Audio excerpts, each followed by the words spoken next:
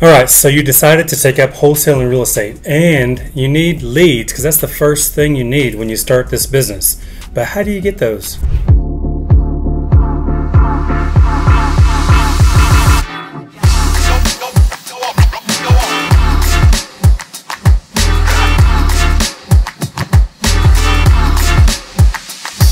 Hey, what's up guys? My name is Graylan Stewart. I'm a virtual wholesaler and entrepreneur.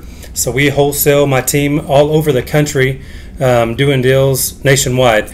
But today's video is how do you find leads for your wholesaling real estate business? Because as you know, marketing is the blood life of your business.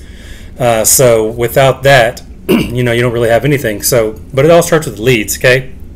So how do you find those leads? So really, step one is you need a list, okay? Whether that list is something you compiled manually yourself or something that you pay for through some of the sources that I've talked about previously, okay, in other videos. So anyways, so if you want to compile your own list, obviously you need addresses and people, right? You need a list to start with. So you can do driving for dollars, and literally what that means is you're driving in your car hoping to make dollars from the end game on this wholesaling journey, okay? So when you're driving for dollars, you're basically driving through distressed neighborhoods, or it's better to even drive through a nicer neighborhood that has a distressed property, but those are harder to come by. But it's easy just to go find distressed houses because you're looking for overgrown trees and bushes, tall grass, overstuffed mailbox, stickers on the windows, for people leaving notes, or the city ordinance, leaving threatening letters and notes. It might have a tarp on the roof, it might have boarded up windows, etc., right? So anyways, you might want to have somebody in the car with you while you're driving so they can write these addresses down, okay? So the goal is to get as many addresses as you can possibly get over time. So if you need a list of a couple thousand people, for example, go driving for dollars, schedule a time every single day to make that happen. Whether it's an hour a day or 2 hours a day or all day on a Saturday, whatever you have to do to compile a list, okay?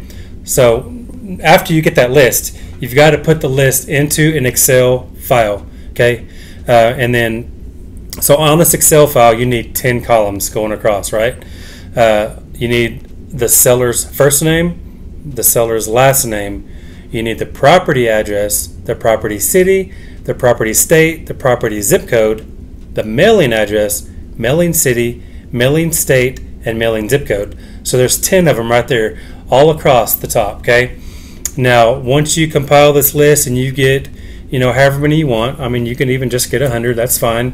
Whatever your list size is, after you're finished with the list, once you have it, you want to send that to a company to skip trace it. So what is skip tracing? Skip tracing is simply finding information on a person. You're doing a deep dive into that person. So first of all, let me back up a little bit. So once you have that list of addresses, obviously you need names to go with them. So you do want to look on your local county assessor. It's completely free public information, but look on the county assessor for the property search, type in that address, and then it should tell you the name of the owner, okay? And sometimes it'll tell you a different property or a different mailing address on there, which would be awesome because you want to notate that as well on your spreadsheet, okay? So anyways, so back to the skip tracing. Once you skip trace it, you send this off to a company. There's tons of them out there that you could do, but you want good data. And a lot of times when they skip trace these, they send them back to you, and you're going to want these. You're going to want. A lot of times they'll give you 3 to 10 different phone numbers for each record that they find. Sometimes they'll give you a couple of email addresses. Sometimes they'll give you a different address because they could have suddenly applied for a new loan for a car or at a cash express place or something like that. Whatever they did, they had to give like a new address. So sometimes these lists will come back with new addresses, which is gold too, because that could be literally a way to find them, because a lot of times they don't live in these houses that you're looking at, because a lot of times they're just abandoned houses, but somebody owns them. So that's your job, driving for dollars, is to find those people. So anyways, so you need the list, compile the list. Now you can buy these lists if you don't want to drive for dollars. Buy it from listsource.com. which I've done a couple videos on how to pull lists from there. You can also buy it, if you have a subscription to PropStream. I do have an affiliate link in the description if you want to go to datagamechanger.com. That is my PropStream affiliate link. But that's really worth it because it's only like $97 a month. You do get a 7-day free trial. But for $97 a month, you're allowed to pull 10,000 records every month. But not only do we use it for that, we also use it to actually comp our properties. But back to the list. I don't want to get too off track here. So you have your list, whether you bought it or you drove for dollars, okay? You put it in an Excel file. If you bought it, it already comes in an Excel file. If you compiled it yourself, do the 10 columns like I talked about, and then make sure you save it in a CVS file. That's super important because when you send this off to a skip tracing company, they're going to want it in that format, okay? They want it in those 10 columns and they want it in the CVS file. So anyway, so after you get the file back, now you have a list of all these phone numbers, right? Sometimes you get up to 10 numbers, but what I've found with experience, usually the top 3 or 4 phone numbers are your best bet, and the bottom after that is pretty much trash, okay? Now, these aren't necessarily the seller's phone number every time. It could be their sister, brother, uncle, nephew, niece, mom, grandma, anybody related to them. So those lists are pulled based on what they think could be their phone number, okay? That's why usually the top 3 or 4 are your best bet. But you could end up getting their uncle or aunt on the phone or whatever it is. You know, you just got to ask them about the property that you're talking about. Hopefully they'll know what you're talking about. So anyway, so after you have the full list skip traced, you've got all these records, phone numbers, now you got to start marketing, okay? So you have the phone numbers and you've got their mailing address. A lot of times it'll be the same as the property address, but sometimes it's different, okay? So depending on your marketing methods, you can go about this a lot of different ways. So if you're doing it like a super cheap way, sorry, I'm referring to my notes because I took some of these notes to make sure I touch on some of these things, but if you're doing it the super cheap way, obviously you could cold call these, whether that's manually dialing on your phone and calling them one by one, or you could put it into a dialer like Mojo, where it just automatically dials a list for you, and it'll just pick up. Obviously, it'll pause the dialing if somebody answers. So that's the quicker way, but that does cost a little money too. It's like a couple $100 a month for that. But the free way, after you get the skip trace list, is just to pick up the phone and make the phone calls. Now, be sure not to use your actual cell phone. Get a Google Voice number at least. Those are free. If you've got a little bit of money, use CallRail. It's like $30 a month, and you get 10 different phone lines. That way you can track the different things that you're doing. So cold calling could be one of your phone numbers. If you send out postcards, that could be a different phone number. If you have bandit signs, that could be one, etc. So, but the point is you got to start marketing. So you could do phone calls. You could literally dial. Now you're dialing for dollars, one by one, trying to reach the seller in hopes to make an offer on their house. It's all about making offers, right? Or you could always buy bandit signs. Bandit signs are pretty cheap. They're like a couple of dollars a piece. That's those signs that say "We buy houses" that you see on the side of the road. So you could buy a couple of hundred of those. Be sure to put them out like on a Friday, because the local authorities will typically pull those up and throw them away. If you do it in the middle of the week, it's a waste.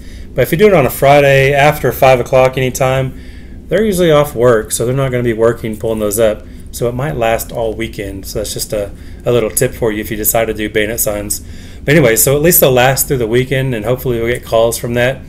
But whatever you decide to do, you've got to do it consistently. You've got to do it all the time. Be dedicated. If you're doing cold calling, schedule block a time every single day to call. Even if it's just for an hour, do that for an hour straight every single day. Time block that out, because if you do whatever you do consistently over time, you're going to get deals just by default, even if you don't know what you're doing. Just by strictly being a numbers game, it's going to happen. But the other free way, or the cheap way, cold calling obviously is the cheapest, but SMS and RVM are super cheap. So you can actually upload your list into an SMS platform like Lead Sharper. There's a couple of others out there. I use Roar. That's a little more complicated. But you could upload that list to where it text blasts everybody at once. But be ready to answer those text messages and start replying and having conversations with people, okay? And also you can do RVMs. Now RVMs are ringless voicemail is an RVM. So what that does is it'll ring their phone and actually bypasses the ringer, goes directly in your voicemail. You've gotten these calls many times. All of a sudden, you'll look on your phone and see you have a voicemail. That was an RVM. Your phone never rang. So you can send those out, but be ready for that too, because your phone will blow up. You'll have a lot of people calling you back, depending on your list size. So if you only have 100 or so, you might get, a dozen calls. But if you got 1,000, you got to be ready to take those phone calls, because you're going to get, 50, 100 calls potentially. So, but then, and then bandit signs, is probably the most expensive of those four at least, but it's still fairly cheap when you're talking like $2 or $3 a sign or something like that. There's tons of places online you could buy those, so that's super cheap. But nevertheless, so you're marketing, right? So you got your list, you compiled the list, in the Excel format in those 10 columns, then you skip trace the list, and then you start marketing the list, okay? And that's really all it's about. You do those four things, and that's how you find leads. That's how you get started, the easiest way in wholesale and real estate to get your leads. And then those are the cheapest ways to start marketing those leads, because now it's all about numbers game. So the bigger the list, the better opportunity that you have. Now you can start doing direct mail and those kind of things, but that's going to cost you more. But if you have a little money, that's a good option. But still, make sure you use a tracking number of some sort, Google or CallRail, and then just be ready to take those phone calls when they come in, because it will happen. But whatever you decide to do, make sure you're consistent, because that is the key to this game. Consistency over time means consistent deals over time as well. So anyways, hopefully that was valuable. Hopefully it made sense to you. Please give me a thumbs up if you liked this information, and definitely subscribe. Just go ahead and click that button now. It's free. It doesn't cost you anything. So do that. It helped me out. I'd appreciate that. But anyways, hopefully this was beneficial, and I will see you guys in future videos. Thanks a lot.